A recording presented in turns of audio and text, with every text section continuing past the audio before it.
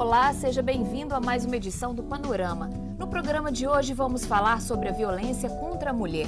No aniversário de 6 anos da Lei Maria da Penha, a Assembleia apresenta um diagnóstico do tema em Minas Gerais. A Comissão Especial da Violência contra a Mulher percorreu o estado, ouviu quem trabalha no combate diário à violência, viu as boas ações e também os problemas. Quais os avanços conquistados com a lei e quais os problemas ainda precisam ser superados? Como anda o combate à violência contra a mulher no estado? No Panorama de hoje você vai ver também. Histórias de violência doméstica. Machucar meus filhos, meu sonho me defender. Ele agrediu eles também. O que fazer com o agressor? É instaurado inquérito policial, requeridas medidas protetivas. A polícia ir mais em cima dessas pessoas. E os avanços da Lei Maria da Penha. As mulheres começaram a não ter a vergonha que tinham de denunciar.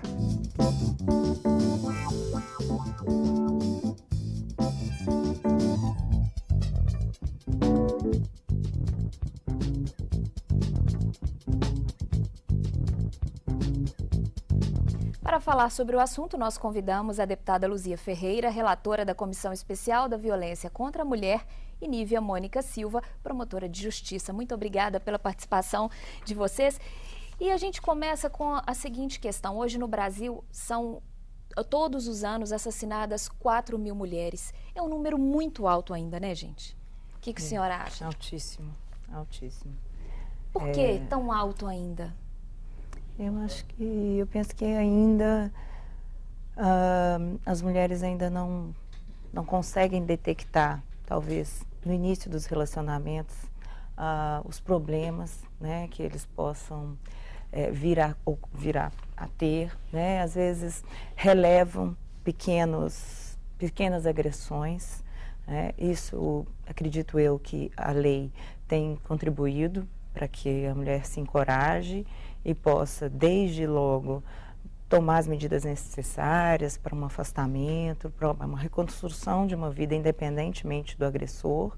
E tem uma parcela desses crimes que são crimes passionais, né, que realmente, historicamente, aconteceram. Agora, muitos deles poderiam sido evitados se nós realmente tivéssemos políticas que fortalecessem essa mulher. Muitas delas ainda se sentem independentes, social, político ou economicamente, que talvez seja o critério mais pese, né, desse agressor. Então, tolera-se no primeiro dia um solavanco, um empurrão, às vezes um tapa, e acredita-se que isso nunca vai, né, essas coisas vão ser controladas, enfim. E, num determinado momento, a situação sai do controle e, às vezes, o Estado não é eficientemente, não intervém de modo eficiente a evitar um mal maior, ou, às vezes, nem chega a ser acionado, né? Essa é uma das primeiras tentativas, eu acho, um dos primeiros passos que a Lei Maria da Penha tem conseguido dar, no sentido de realmente dar voz a essas mulheres que, durante muitos e muitos anos, suportaram silenciosamente esse tipo de pequenas agressões, às vezes físicas, às vezes morais, às vezes psicológicas, e isso tudo compromete muitas vezes a autoestima dessas mulheres, a ponto de elas considerarem normal, né, às vezes serem agredidas até fisicamente, e achar que aquilo já faz parte daquela relação e até achar que aquela relação não está doente, que aquela pessoa às vezes não precisa de um apoio ou que ela não precisa abandonar aquele local onde que ela acabou se estabelecendo ali, né? Que há um desrespeito na origem e que aquilo precisa mudar. E isso muitas vezes acaba resvalando num homicídio, né? Que é o pior crime, né? Quando a gente vê 4.000 mulheres assassinadas, é algo que assusta, né? E é um crime que às vezes, e não tem classe social, não tem religião, não tem cor, né, deputada? Ele atinge indiscriminadamente todas as mulheres de diversas faixas etárias, classe social, e é uma tragédia, vamos dizer assim, claramente. É uma guerra, mata mais do que a guerra para as mulheres. A família, que deveria ser o espaço do acolhimento, né, aliás, é muito cultuado como o espaço principal da sociedade, que é a família, onde tudo começa, né? Para as mulheres, historicamente, tem sido uma guerra cotidiana. As estatísticas mostram isso. Não só os 4.000 assassinatos, né, por ano no Brasil, que é muito alto, mas o número de registros de casos de agressão, né, só em Minas, o ano passado, mais de 100.000 mulheres se dirigiram a algum órgão público, a delegacias especializadas ou a própria polícia militar para registrar uma queixa, mostra também um dado muito alarmante, não é? E se considerarmos, inclusive, isso que a doutora Aníva falou, nem todas as mulheres ainda denunciam, mesmo com todas as campanhas, com todo esse aparato estatal que hoje permite, acolhe as denúncias, protege as mulheres, mas nós sabemos que é subnotificado, há uma subnotificação. Então, nem todas as mulheres vão a uma delegacia prestar queixa, e muito menos, nem todas vão na primeira agressão.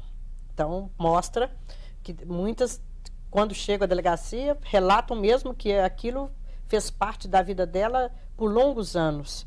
E chega um dia que a gota d'água, né? Então, nem todas vão na primeira agressão. Esse é talvez uma das questões que perpetua também essa violência, porque uma das questões básicas, a impunidade, ele continua gerando esse ciclo violento dentro da família, né? Porque a doutora Aníva falou, às vezes começa com agressão psicológica, agressão moral, agressão física de menor potencial, né, menor, e a mulher acha que aquilo vai cessar, que aquilo foi porque ele estava nervoso, que tinha bebido um pouco, né, chegou em casa, então, enfim, ela releva e isso vai perpetuando. Então, as estatísticas mostram, apesar desse número alarmante, que ela é muito subnotificada, que nos dá a dimensão que esse problema é maior, né? Então, eu creio que a Lei Maria da Penha, que hoje faz 6 anos, que é uma lei das mais avançadas, inclusive no mundo, né? O Brasil, até por essa realidade, as mulheres se mobilizaram muito, o movimento social das mulheres, os órgãos, cobrando dos órgãos públicos e do legislativo que pudesse aprimorar essa legislação de proteção à mulher. Ela tem mostrado eficácia em alguma parte, ineficácia em outra, exatamente porque a prevenção é o que nós temos que buscar, né? São as medidas preventivas, para que não haja tantos assassinatos ou essa reiterada violência que acontece, né, no cotidiano das mulheres. Pois é.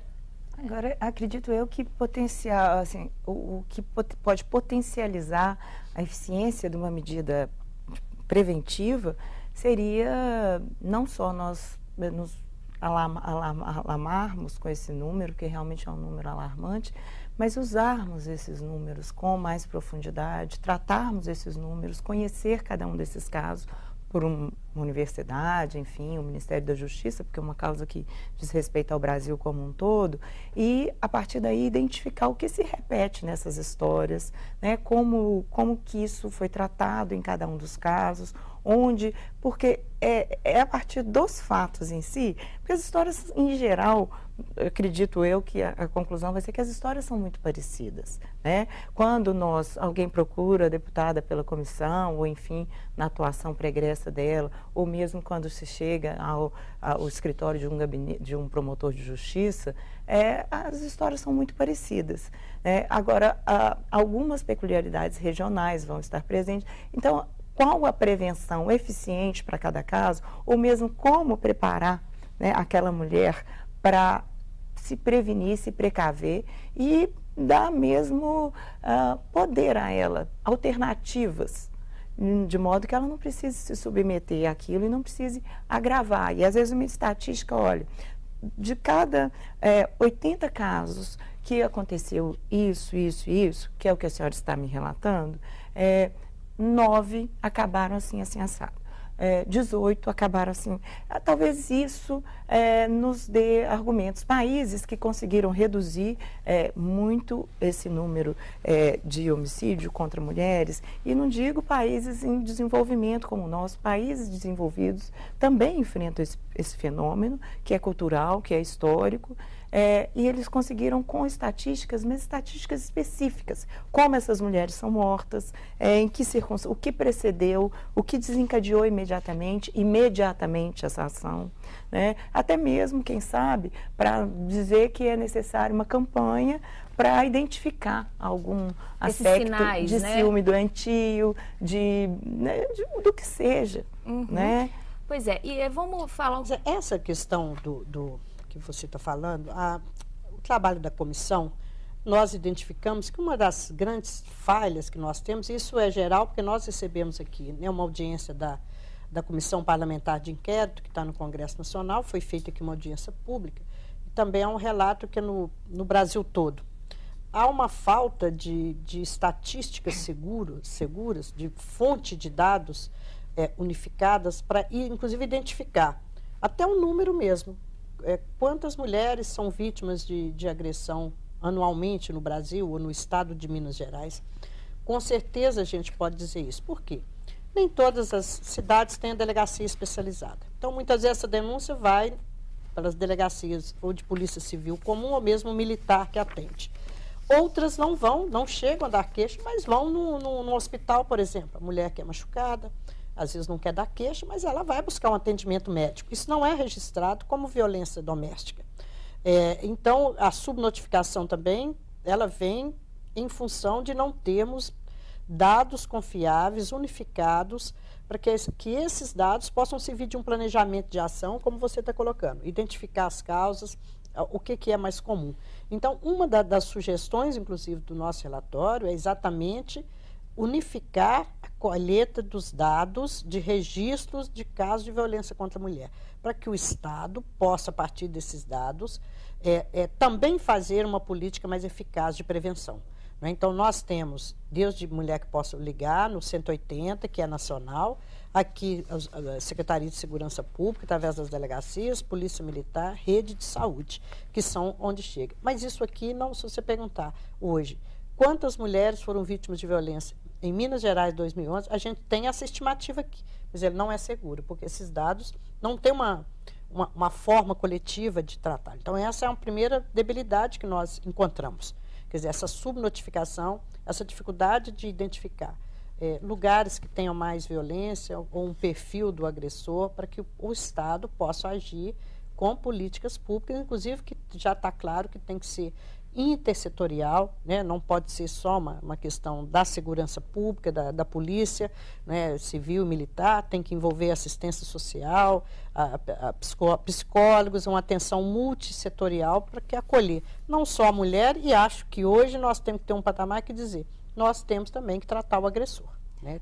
Tem que ter esse outro olhar também. Tá certo, a gente vai fazer um intervalo e no próximo bloco a gente vai continuar a falar sobre a aplicação da Lei Maria da Penha aqui em Minas Gerais e, afinal de contas, quais foram os benefícios que a lei trouxe. A gente volta já já.